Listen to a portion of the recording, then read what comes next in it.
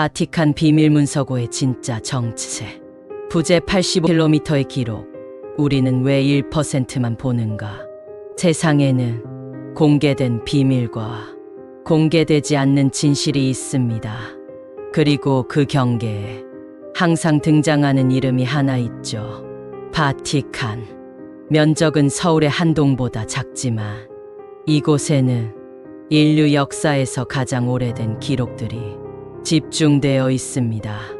왕의 편지, 전쟁의 명령서, 이단 판결문, 그리고 신의 이름으로 작성된 문서들. 오늘 우리는 바티칸이 이미 공개했다고 말하지만 사실상 아무도 전부 본 적 없는 공간에 대해 이야기하려 합니다. 바티칸 비밀문서고. 이곳은 정말로 비밀을 숨기고 있는 걸까요? 아니면 우리가 비밀이라고 오해하고 있는 걸까요? 한 장. 비밀문서고라는 이름의 오해.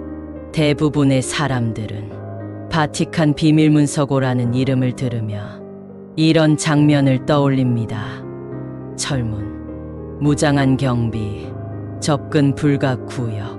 하지만 바티칸은 이 명칭 자체가 오해라고 말합니다.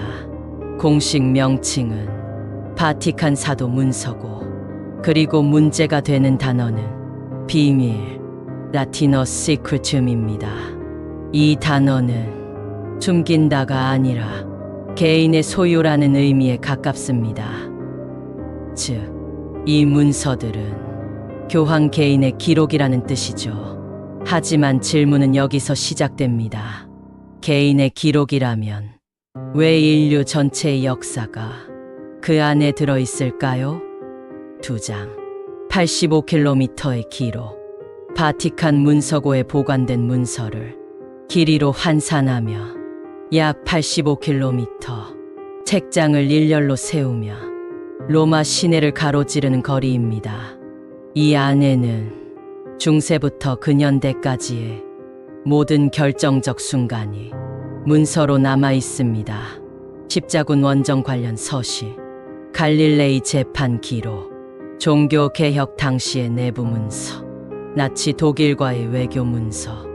놀라운 건 이 모든 문서가 존재한다는 사실은 공식적으로 인정되지만 내용은 제한적으로만 공개된다는 점입니다. 연구자들은 신청서를 제출하고 심사를 통과해야 하며 열람 가능한 문서는 이미 정해져 있습니다.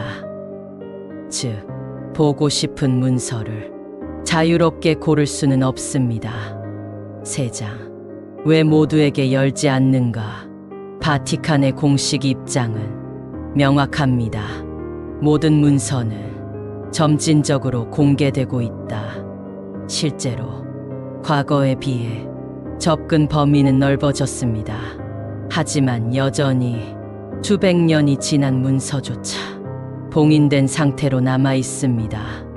이유는 대체로 3가지입니다. 교회에 해가 되는 내용, 정치적 파장이 큰 내용, 신앙을 혼란스럽게 만드는 내용. 여기서 가장 중요한 단어는 신앙입니다. 역사적 진실보다 신앙의 안정이 우선이라는 뜻이죠. 그렇다면 질문이 생깁니다. 신앙은 진실 위에 세워지는 것일까요? 아니면 선별된 이야기 위에 세워지는 것일까요? 4장. 연구자들이 말하지 않는 이야기.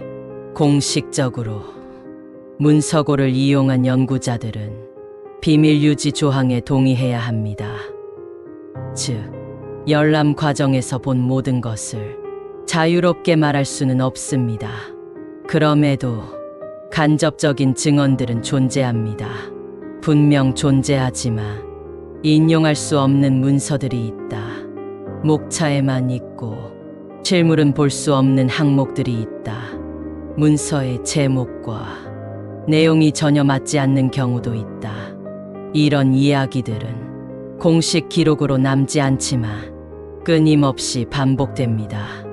마치 보여주기 위한 문서와 보여주지 않기 위한 문서가 구분되어 있는 것처럼 말이죠. 5장. 바티칸은 무엇을 두려워하는가? 많은 사람들은 바티칸이 신의 비밀을 숨긴다고 생각합니다. 하지만 종교학자들은 조금 다른 시선을 제시합니다. 바티칸이 숨기는 거 신이 아니라 교회의 역사일 가능성이 크다. 교회는 완벽한 조직이 아니었습니다. 권력과 결탁했고 전쟁을 정당화했고 과학을 억압하기도 했습니다. 이 모든 기록이 날 것 그대로 공개된다면 신앙은 흔들리지 않더라도 교회의 권위는 무너질 수 있습니다. 그래서 기록은 부정되지 않고 봉인됩니다. 6장. 교황도 모든 문서를 볼 수 있을까? 흥미로운 사실 하나.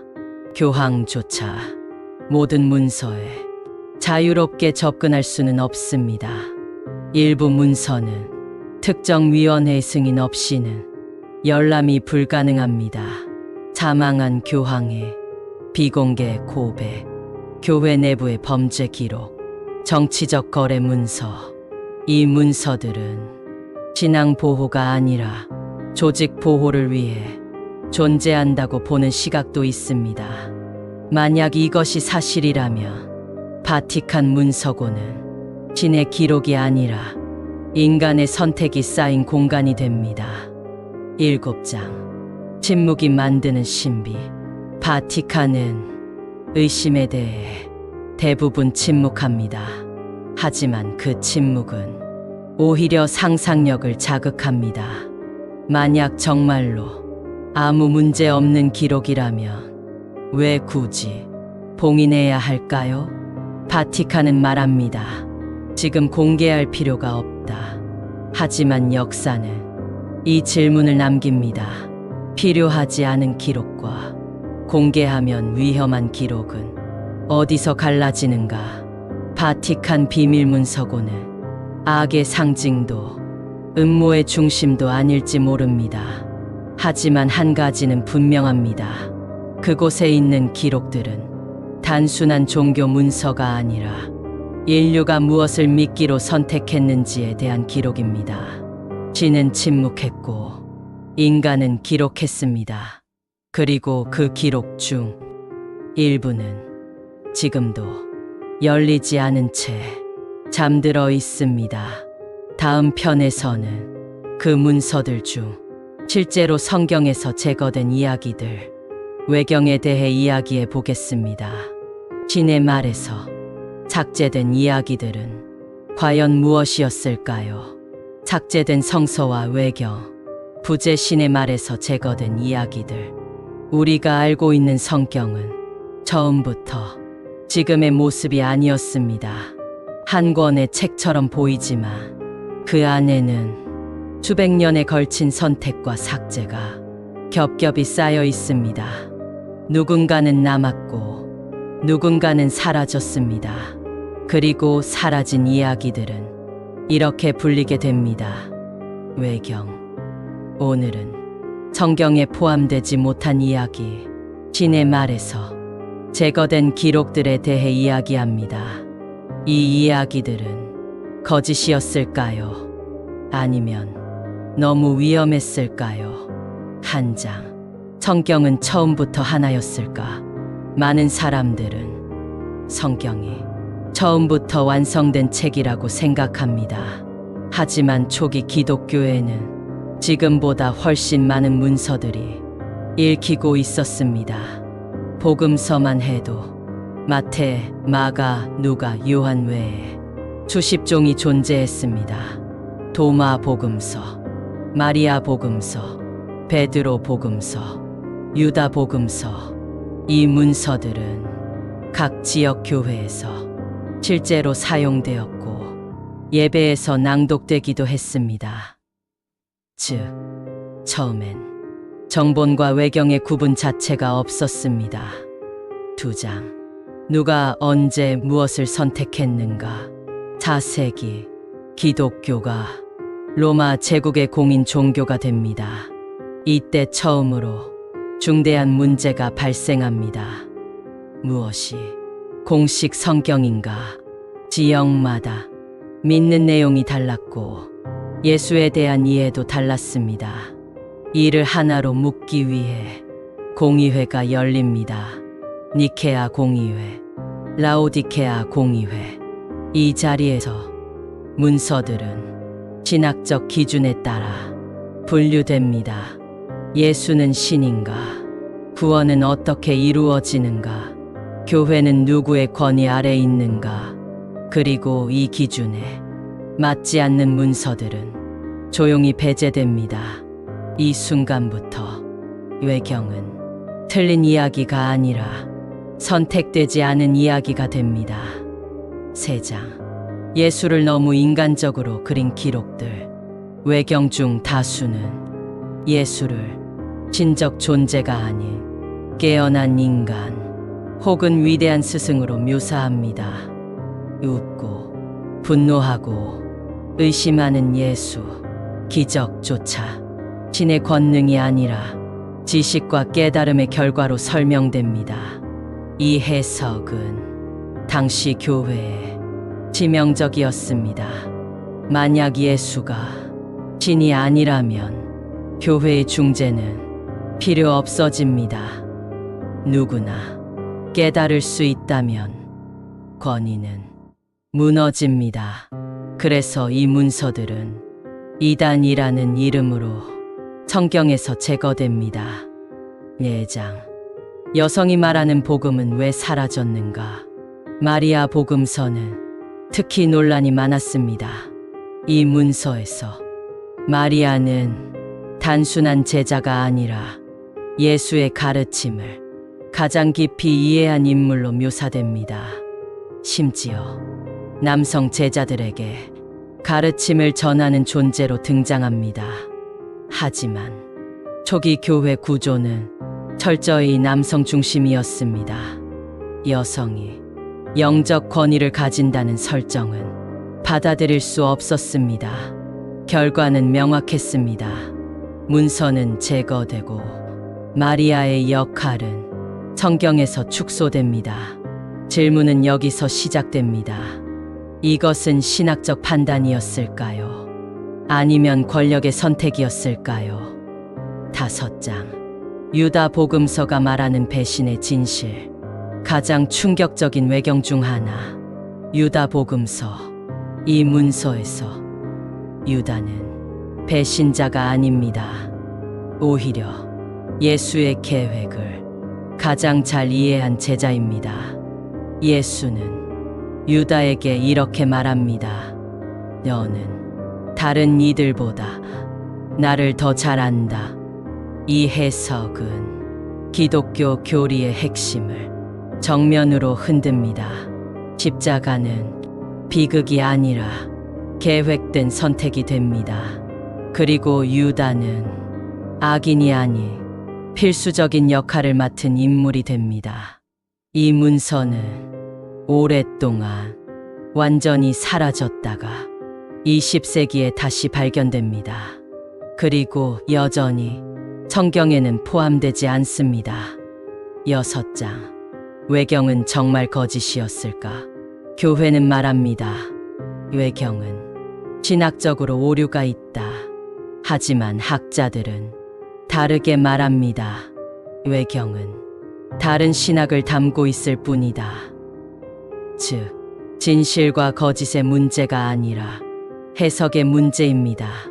어떤 문서는 개인의 깨달음을 강조하고 어떤 문서는 교회의 권위를 강조합니다. 선택은 명확했습니다. 조직을 유지할 수 있는 이야기만 남았습니다. 7장. 외경의 원본은 어디에 있는가? 외경 문서의 상당수는 파편적으로만 남아 있습니다. 이유는 간단합니다. 의도적으로 복사되지 않았기 때문입니다.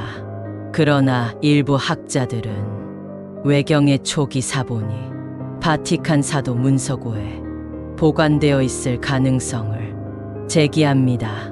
공식적으로 확인된 바는 없습니다. 하지만 바티칸은 이 질문에 항상 같은 답을 합니다. 신앙에 필요하지 않다. 외경은 거짓이었기 때문에 사라진 것이 아닙니다. 너무 다른 질문을 던졌기 때문에 사라졌습니다. 성경은 신의 모든 말이 아니라 인간이 선택한 신의 말입니다. 그리고 선택되지 않은 이야기들은 지금도 외경이라는 이름으로 침묵하고 있습니다. 다음 편에서는 성경이 가장 오래 침묵하고 있는 시간, 예수의 공백 30년에 대해 이야기합니다. 그 시간 동안 예수는 어디에 있었을까요? 예수의 공백 30년. 부제 성경이 가장 오래 침묵한 시간. 성경에서 예수의 생애는 두 부분으로 나뉩니다. 탄생과 유년기, 그리고 30대 초반의 공생애. 그 사이 약 30년의 시간이 완전히 비어 있습니다. 이 시기에 대해 성경은 아무 말도 하지 않습니다. 오늘은 성경이 침묵한 시간, 예수의 공백 30년에 대해 이야기합니다. 그 시간 동안 예수는 어디에 있었을까요?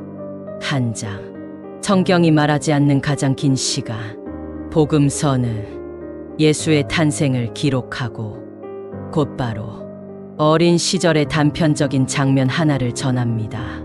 그리고 다음 장면, 예수는 이미 성인이 되어 세례를 받고 설교를 시작합니다. 그 사이의 시간, 약 12세부터 30세까지 성경은 이 시기를 의도적으로 건너뜁니다. 이것은 단순한 누락이 아닙니다. 성경에서 이 정도로 긴 침묵은 극히 드뭅니다. 질문은 하나입니다. 왜 아무것도 기록되지 않았을까? 2장. 너무 평범해서 기록되지 않았을까? 교회의 공식 입장은 간단합니다. 그는 몫으로 살며 평범한 삶을 살았다. 하지만 이 설명에는 치명적인 문제가 있습니다. 고대 사회에서 위대한 인물의 성장 과정은 매우 중요하게 기록되었습니다.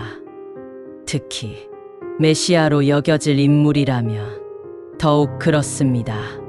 그런데 가장 중요한 성장기가 완전히 삭제되어 있습니다. 이것은 중요하지 않아서가 아니라 기록하기 곤란했기 때문일 가능성을 의심하게 만듭니다. 3장. 잃어버린 복음서들이 말하는 다른 이야기.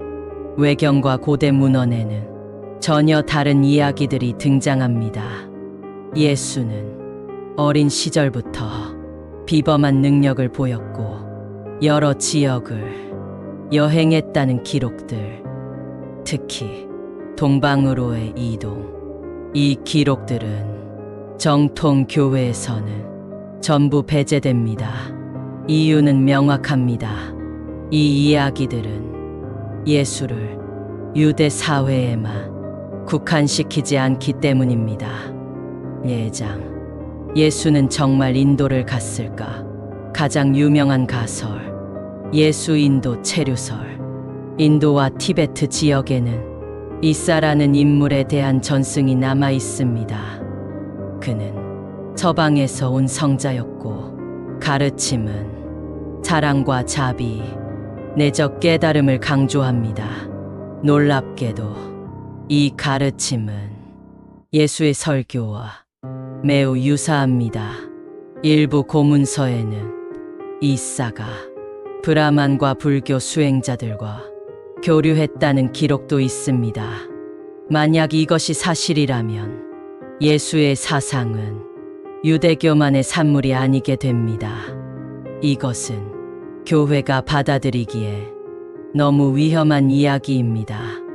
5장. 침묵의 이유는 신학이 아니라 권력이었다. 예수가 다른 사상을 배웠다면 그의 가르침은 유일무이하지 않게 됩니다. 그러면 교회가 주장하는 절대성은 흔들립니다. 그래서 가장 쉬운 선택은 이것이었습니다. 침묵. 기록하지 않고, 언급하지 않고, 질문 자체를 없애는 것. 공백은 의문을 낳지만 기록보다 통제하기 쉽습니다. 6장. 바티칸은 이 질문을 어떻게 다루는가? 바티칸은 예수의 공백기에 대해 공식적으로 다음과 같이 말합니다. 신앙에 필요하지 않다. 그러나 흥미로운 점은 이 질문을 다루는 문서 접근이 매우 제한적이라는 사실입니다. 관련 사본, 고대 여행 기록, 동방 교류 문서들, 이들은 대중에게 공개되지 않았습니다. 바티칸은 부정하지도 확인하지도 않습니다. 그저 침묵할 뿐입니다. 7장. 공백은 정말 비어있는가? 공백은 비어있기 때문에 의미 있는 것이 아닙니다. 의도적으로 비워졌기 때문에 의미가 생깁니다. 만약 그 시간이 기록된다면 우리가 아는 예수는 전혀 다른 모습일지도 모릅니다. 신이 아니라 깨달은 인간, 유일한 진리가 아니라 보편적 진리의 전달자. 그렇기 때문에 그 시간은 지워졌을 가능성이 있습니다. 예수의 공백 30년은 잃어버린 시간이 아니라 숨겨진 시간일지도 모릅니다. 성경은 모든 진실을 담기보다는 필요한 진실만을 선택했습니다. 그리고 선택되지 않은 시간은 지금도 질문으로 남아 있습니다. 다음 편에서는 바티칸이 가장 철저히 관리하는 장소, 사도 문서고의 금지 구역에 대해 이야기합니다. 그곳에는 무엇이 보관되어 있을까요? 예수의 공백 30년. 부제 성경이 가장 오래 침묵한 시간. 성경에서 예수의 생애는 두 부분으로 나뉩니다. 탄생과 유년기, 그리고 30대 초반의 공생애. 그 사이 약 30년의 시간이 완전히 비어 있습니다. 이 시기에 대해 성경은 아무 말도 하지 않습니다. 오늘은 성경이 침묵한 시간, 예수의 공백 30년에 대해 이야기합니다. 그 시간 동안 예수는 어디에 있었을까요? 한 장. 성경이 말하지 않는 가장 긴 시간. 복음서는 예수의 탄생을 기록하고 곧바로 어린 시절의 단편적인 장면 하나를 전합니다. 그리고 다음 장면, 예수는 이미 성인이 되어 세례를 받고 설교를 시작합니다. 그 사이의 시간, 약 12세부터 30세까지 성경은 이 시기를 의도적으로 건너뜁니다. 이것은 단순한 누락이 아닙니다. 성경에서 이 정도로 긴 침묵은 극히 드뭅니다. 질문은 하나입니다. 왜 아무것도 기록되지 않았을까? 2장. 너무 평범해서 기록되지 않았을까? 교회의 공식 입장은 간단합니다. 그는 몫으로 살며 평범한 삶을 살았다. 하지만 이 설명에는 치명적인 문제가 있습니다. 고대 사회에서 위대한 인물의 성장 과정은 매우 중요하게 기록되었습니다. 특히 메시아로 여겨질 인물이라면 더욱 그렇습니다. 그런데 가장 중요한 성장기가 완전히 삭제되어 있습니다. 이것은 중요하지 않아서가 아니라 기록하기 곤란했기 때문일 가능성을 의심하게 만듭니다. 3장. 잃어버린 복음서들이 말하는 다른 이야기. 외경과 고대 문헌에는 전혀 다른 이야기들이 등장합니다. 예수는 어린 시절부터 비범한 능력을 보였고 여러 지역을 여행했다는 기록들, 특히 동방으로의 이동. 이 기록들은 정통 교회에서는 전부 배제됩니다. 이유는 명확합니다. 이 이야기들은 예수를 유대 사회에만 국한시키지 않기 때문입니다. 예장. 예수는 정말 인도를 갔을까? 가장 유명한 가설, 예수 인도 체류설. 인도와 티베트 지역에는 이사라는 인물에 대한 전승이 남아 있습니다. 그는 서방에서 온 성자였고, 가르침은 사랑과 자비, 내적 깨달음을 강조합니다. 놀랍게도 이 가르침은 예수의 설교와 매우 유사합니다. 일부 고문서에는 이사가 브라만과 불교 수행자들과 교류했다는 기록도 있습니다. 만약 이것이 사실이라면 예수의 사상은 유대교만의 산물이 아니게 됩니다. 이것은 교회가 받아들이기에 너무 위험한 이야기입니다. 5장. 침묵의 이유는 신학이 아니라 권력이었다. 예수가 다른 사상을 배웠다면 그의 가르침은 유일무이하지 않게 됩니다. 그러면 교회가 주장하는 절대성은 흔들립니다. 그래서 가장 쉬운 선택은 이것이었습니다. 침묵. 기록하지 않고 언급하지 않고 질문 자체를 없애는 것. 공백은 의문을 낳지만 기록보다 통제하기 쉽습니다. 6장. 외경은 정말 거짓이었을까? 바티칸은 예수의 공백기에 대해 공식적으로 다음과 같이 말합니다. 신앙에 필요하지 않다. 그러나 흥미로운 점은 이 질문을 다루는 문서 접근이 매우 제한적이라는 사실입니다. 관련 사본, 고대 여행 기록, 동방 교류 문서들, 이들은 대중에게 공개되지 않았습니다. 바티칸은 부정하지도 확인하지도 않습니다. 그저 침묵할 뿐입니다. 7장. 공백은 정말 비어있는가? 공백은 비어있기 때문에 의미 있는 것이 아닙니다. 의도적으로 비워졌기 때문에 의미가 생깁니다. 만약 그 시간이 기록된다면 우리가 아는 예수는 전혀 다른 모습일지도 모릅니다. 신이 아니라 깨달은 인간, 유일한 진리가 아니라 보편적 진리의 전달자. 그렇기 때문에 그 시간은 지워졌을 가능성이 있습니다. 예수의 공백 30년은 잃어버린 시간이 아니라 숨겨진 시간일지도 모릅니다. 성경은 모든 진실을 담기보다는 필요한 진실만을 선택했습니다. 그리고 선택되지 않은 시간은 지금도 질문으로 남아 있습니다. 다음 편에서는 바티칸이 가장 철저히 관리하는 장소, 사도 문서고의 금지 구역에 대해 이야기합니다. 그곳에는 무엇이 보관되어 있을까요?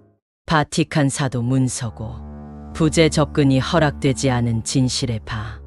바티칸에는 존재 자체는 알려져 있지만 내용은 거의 공개되지 않은 장소가 있습니다. 수백 년간 교황만이 접근을 허락해온 곳. 이곳은 도서관이 아닙니다. 박물관도 아닙니다. 사도 문서고. 오늘은 바티칸이 가장 철저히 관리하는 공간, 그리고 그 안에 숨겨졌을 가능성이 있는 금지된 기록들에 대해 이야기합니다. 한 장. 비밀 문서고라는 오해. 많은 사람들은 사도 문서고를 바티칸 비밀 문서고라고 부릅니다. 하지만 바티칸은 이 표현을 극도로 싫어합니다. 그들이 사용하는 공식 명칭은 바티칸 사도 문서고, 라틴어 원문에서 비밀로 번역된 단어는 사실 개인 소유에 가깝습니다. 그러나 문제는 의미가 아니라 접근입니다. 이곳은 누구나 들어갈 수 있는 장소가 아닙니다. 2장. 허락받은 자만 들어갈 수 있는 곳. 사도 문서고에 들어가기 위해서 단순한 학자 자격으로는 불가능합니다. 엄격한 추천서, 연구 목적의 사전 승인, 제한된 시간, 제한된 문서, 그리고 가장 중요한 조건, 모든 문서를 볼 수는 없다는 것.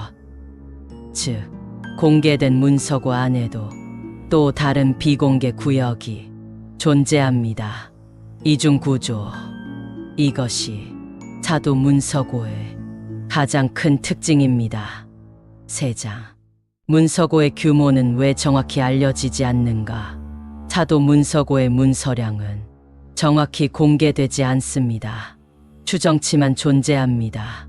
수십만 권의 고문서, 수백만 장의 서신, 고대 사본과 파피루스, 왕과 교황의 비밀 서한, 선반을 모두 펼치며 지구 반바퀴를 돌 수 있다는 이야기도 있습니다. 하지만 바티칸은 정확한 수치를 공식적으로 밝힌 적이 없습니다. 이것은 단순한 관리 문제일까요? 아니면 알려지면 곤란한 이유가 있는 걸까요? 예장. 사도 문서고에 있을지도 모르는 기록들. 공식적으로 존재가 확인된 문서 외에도 끊임없이 언급되는 기록들이 있습니다. 삭제된 복음서의 완전보, 예수의 공백 30년 관련 문서, 초기 교회 내 이단 논쟁 기록, 여성 사도의 실존 증거, 예수의 혈통에 대한 기록. 바티칸은 이 모든 것에 대해 같은 태도를 유지합니다. 부정하지 않는다. 하지만 공개하지도 않는다. 이 태도는 오히려 의문을 키웁니다. 5장. 왜 바티칸은 공개 대신 관리를 택했는가? 바티칸은 종교기관이자 하나의 국가입니다. 그리고 국가는 정보를 권력으로 관리합니다. 모든 기록을 공개하는 순간 해석은 통제할 수 없게 됩니다. 성경의 절대서, 교회의 권위, 교황의 계승 구조, 이 모든 것이 질문에 노출됩니다. 그래서 선택한 방법, 공개가 아닌 관리, 진실을 숨기기보다는 진실의 범위를 설정하는 방식입니다. 6장. 문서고를 둘러싼 내부 증언들. 드물게 사도 문서고를 다녀온 학자들은 공통된 말을 남깁니다. 우리가 본 것은 빙산의 일각이다. 어떤 학자는 연구 중 갑작스럽게 접근 권한이 중단되었다고 말합니다. 이유는 설명되지 않았습니다. 또 다른 증언에서는 신학적으로 위험한 주제는 자연스럽게 피하도록 유도된다고 전해집니다. 강요는 없습니다. 하지만 경계는 분명합니다. 7장. 금지 구역은 정말 존재하는가? 바티칸은 공식적으로 말합니다. 금지 구역은 없다. 그러나 구조적으로 접근 불가능한 구역은 존재합니다. 열람 불가, 목록 비공개, 분류명 미공개. 이것은 없다기보다는 보이지 않게 설계되었다는 표현이 더 정확할지도 모릅니다. 사도 문서고는 진실을 숨기는 장소가 아니라 진실을 관리하는 장소일지도 모릅니다. 우리는 모든 진실을 알 필요는 없다는 결론에 도달할 수도 있습니다. 하지만 한 가지는 분명합니다. 그곳에는 우리가 알고 있는 종교의 모습과 다른 이야기가 잠들어 있을 가능성이 큽니다. 다음 편에서는 이 모든 기록의 끝에서 반드시 등장하는 질문, 예수는 정말 신이었는가? 그 논쟁에 금지된 기록들에 대해 이야기합니다. 신이 된 인간, 부재 교회가 선택한 예수, 기록에서 사라진 예수. 우리는 예수를 신이라고 배웠습니다. 의심할 수 없는 존재, 토론의 대상이 아닌 진리. 하지만 초대 교회는 이 질문을 공개적으로 논쟁했습니다. 예수는 신이었는가? 아니면 인간이었는가? 오늘은 바티칸의 기록 끝에서 반드시 마주하게 되는 가장 금기된 질문을 이야기합니다. 한 장. 처음부터 예수는 신이 아니었다. 초기 기독교에는 단 하나의 예수만 존재하지 않았습니다. 완전한 신, 신성을 지닌 인간, 깨달은 스승, 예언자. 지역과 공동체에 따라 예수의 모습은 서로 달랐습니다. 이 시기에 정답이 없었습니다. 질문은 열려 있었고 논쟁은 허용되었습니다. 2장. 신성 논쟁은 왜 정치가 되었는가? 4세기 로마 제국은 분열된 종교를 통합할 필요가 있었습니다. 그래서 열린 회의, 니케아 공의회. 여기서 처음으로 예수의 정체성은 표결의 대상이 됩니다. 신인가 아닌가? 이 질문은 더 이상 신학이 아니라 정치가 됩니다. 그리고 하나의 해석만이 공식으로 선택됩니다. 3장. 인간 예수는 왜 위험했는가? 만약 예수가 인간이었다면 그의 가르침은 모두에게 열려 있게 됩니다. 누구나 따를 수 있고 누구나 도달할 수 있습니다. 하지만 신이 된 예수는 다릅니다. 그는 접근할 수 없는 존재가 되고 교회만이 그와 인간을 연결하는 유일한 통로가 됩니다. 이것이 교회 구조의 핵심이었습니다. 4장. 기록은 어떻게 다시 쓰였는가? 정통 교리가 확립되자 문서 정리가 시작됩니다. 신성을 약화시키는 문서 제거, 인간적 예수를 묘사한 기록 폐쇄, 대안적 해석을 담은 복음서 삭제. 이 과정에서 외경이 탄생합니다. 그리고 역사는 정리됩니다. 5장. 바티칸 기록 속 다른 예수의 흔적. 공개 문서들 사이에는 묘한 흔적들이 남아 있습니다. 모호한 표현, 삭제된 인용, 갑작스러운 논조 변화. 학자들은 이것을 편집의 흔적이라 부릅니다. 완전히 지우지는 못했지만 보이지 않게 만든 흔적들. 그 사이로 다른 예수가 잠깐씩 모습을 드러냅니다. 6장. 믿음과 진실은 같은가? 이 지점에서 중요한 질문이 등장합니다. 믿음은 역사적 사실과 같아야 할까요? 아니면 믿음은 선택된 이야기여도 괜찮을까요? 바티칸의 입장은 분명합니다.